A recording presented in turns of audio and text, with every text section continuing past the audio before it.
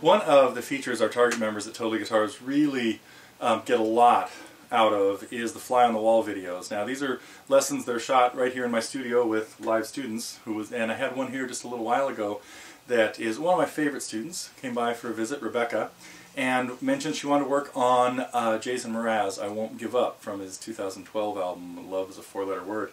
And it turned into, she generally picks things up pretty quickly. She doesn't like looking at the tablature, so she kind of relies on ear and memory and sight to learn things. And so that's part of the thing with teaching people stuff, is they all have to learn things. They all learn different ways and have their strong points, and sometimes I make them work on their weak points to learn to be more versatile. But anyway, I just want to tell you a little bit about this lesson, because the first thing we talked about was drop D tuning. So it's in a drop D tuning, capoed at the 2nd fret. And that was kind of a new thing for her, getting into the tuning. So we talked about, you know, listening for octaves and things. And then just went into the steady picking that you have to do, playing a mono bass note, playing the same bass note over and over in 3/4 time, while you pick out that little melody with these pretty simple chords. So anyway, this fly on the wall lesson is up now at Totally Guitars, again as part of the Target program, and there are probably over 100 of these now, and each one of these lessons goes into, you know, real life problems and things that students are having and ways to address them. And so if you'd like to see this lesson with Rebecca working on I Won't Give Up, it's up now, part of the Target program. There are also, of course, a lot of things there that are outside the program available at our free side, and then also here at the TG Free Lessons channel at here at YouTube. So, but if you'd like to check out the lesson on Rebecca's Fly on the Wall, in fact, here are a couple little clips from it following, and you can see the whole thing at Totally Guitars. Hi. Hi. Long time no see. Yeah. So drop D tuning. Do you know anything about it? Okay. This string's normally tuned to what? E. E. So what we have to do is make it D. Okay. You can compare it. Where's the D string? The D is the one you use as a bass note for a D chord. Right. Yeah. This one. Yeah. Okay. Okay. So play that D, and then play the low E, and tune it down until it sounds like it's an octave away, until they match. So it has to go. Well, it has to go down. So hit play it and see if. So which way was that? Oh.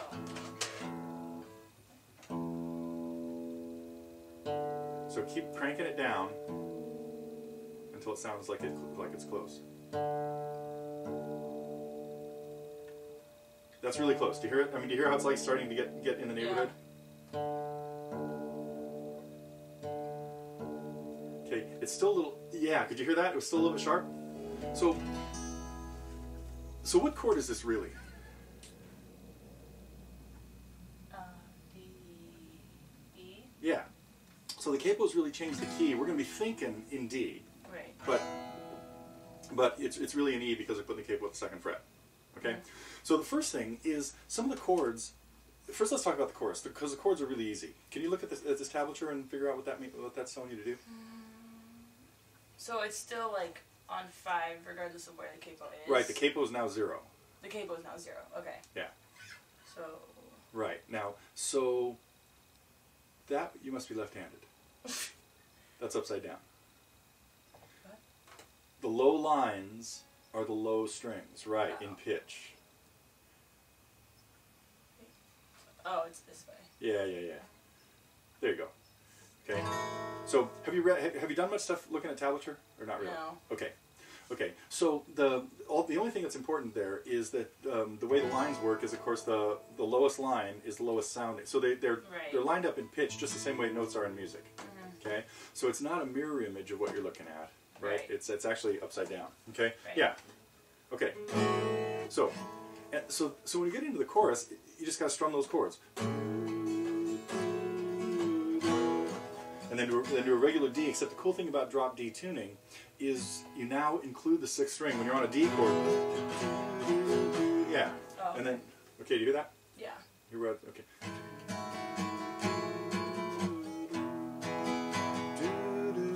And then B minor. Yeah.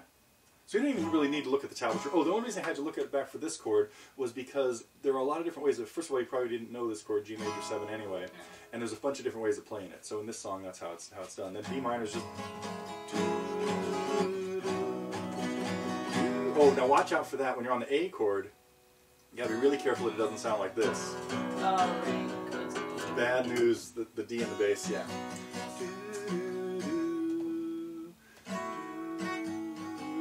Wait till you get it. No.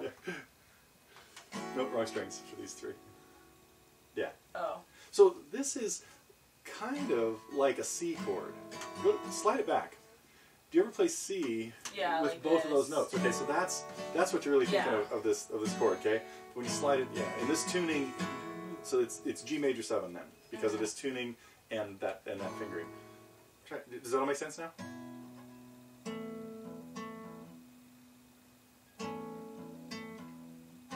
I need to not move. Yeah. So don't forget. So this finger is your guide. It just goes back there, and the other 2 switch. Ah, close. Went too far.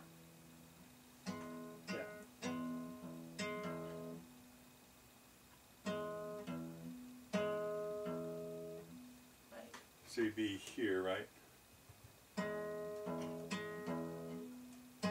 Don't play it again. Just don't let go of it, Oh. and then let go of the whole thing.